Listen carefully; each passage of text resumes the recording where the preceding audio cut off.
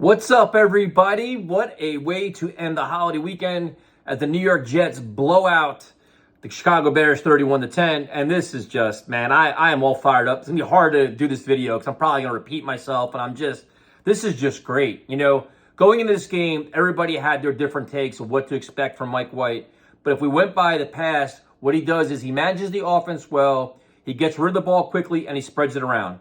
Well, he hit 10 different receivers. The Jets had over 400 yards of offense. He was, 22 of 28 for 315. He was very efficient. The Jets were actually, seemed like they're throwing the ball to set up the run, but he did great, man. He was awesome. The offense looked smooth. Everything looked comfortable. Everything was just in rhythm.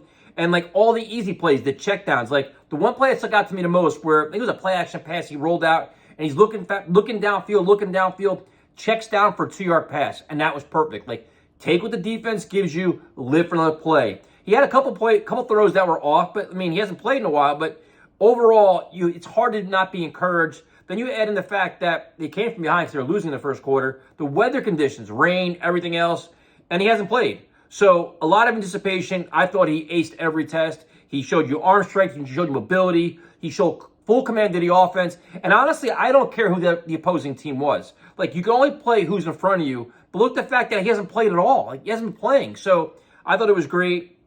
The offensive line, they got Max Mitchell back. They got Herbig back, which was very important to solidify the line. At one point, Laken Tomlinson went out, but he came back in. The running backs, it was interesting that James Robinson was actually inactive. So that was, you open your eyes, like, what are they doing there? But then Zonovan Knight was featured, and Zonovan Knight was a fan favorite. We like what he brought to the table. You saw him in the preseason on returns. He's explosive. He carries defenders. And you saw that extra speed today. I think he had, 69 yards, but he had the good burst. He dragged a couple guys. He fought for every yard, which was great. Michael Carter got hurt, which is unfortunate. But then Ty Johnson stepped up with a big touchdown run. I think it was, 32 yards, something like that, 34 yards, whatever it was. So they did really well. The wide receivers, Garrett Wilson with the big, I think it was 54-yard touchdown. But then it was like Elijah Moore had a touchdown. And Corey Davis had kind of a rough game because I thought he had at least one drop, maybe two, but he had a big catch. But everybody contributed. You had Berrios with the runs, Berrios with returns. But then the tight end position, Uzuma had a couple of catches, Conklin with the catches. Like, everybody on offense contributed. Like, when Mike White's playing it, he's going to spread around. If you're open, he's going to hit you. He makes the easy reads and takes advantage of it. So, like I said, the play calling in the first quarter didn't make sense to me. As it played out, they did a lot better. Ran the ball, ran the clock out.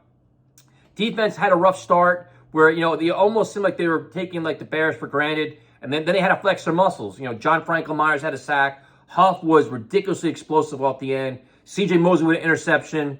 And it was funny with our stream because in the first quarter, you had DJ Reed got beat and then Sauce Gardner got beat. And you're like, is this going to be a Trevor Siemian game? Like, what's going to happen here? But the defense, it wasn't pretty. Some real sloppy tackling by everybody. It wasn't just a lot of sloppy tackling, but you find ways to get off the field on third down, find ways to make plays, And then even on special teams, Zerline missed a field goal. They had a terrible botch where Braden Mann dropped it and fumbled it and threw it, all kinds of stuff. But then Zerline made a 57-yarder. So it was a much-needed win when you consider where the Jets right now are in the playoff picture. And again, I don't care if it was the Bears. I don't care whoever it was. You had to get this win. You had to get the stink off you of that Patriots loss, and you got to stay in the mix for a playoff spot. So great job by the Jets. Great job by the leadership of this team, handling the quarterback change, and everybody moving on and fighting together. And the Mike White hype is great. I love it. Obviously, he's going to start next week. And the one thing I don't understand is, like going into the game, there were some people that are actually rooting it. They wanted to see Mike White fail just for Zach to come back in. And I don't understand that because, you know what? I want to see the guy that gives you the best chance to win plays. And right now, Mike White does that. And the most important thing is winning.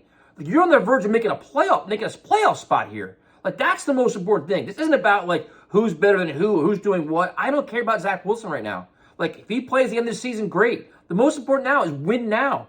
Maximize your offense. Now you're seeing what Garrett Wilson brings to the table. You can see what the tight ends can do. You're seeing all these different things. That's the most important part. Sometimes the team is bigger than a player, and right now that's the case. So I don't understand people frowning upon Mike White. Like, the Jets having 300 passing yards or 400 yards of offense is a good thing. Enjoy it. And enjoy the week. Enjoy a victory Monday. Enjoy this week. An enormous game next week against the Minnesota Vikings. But Today was a lot of fun.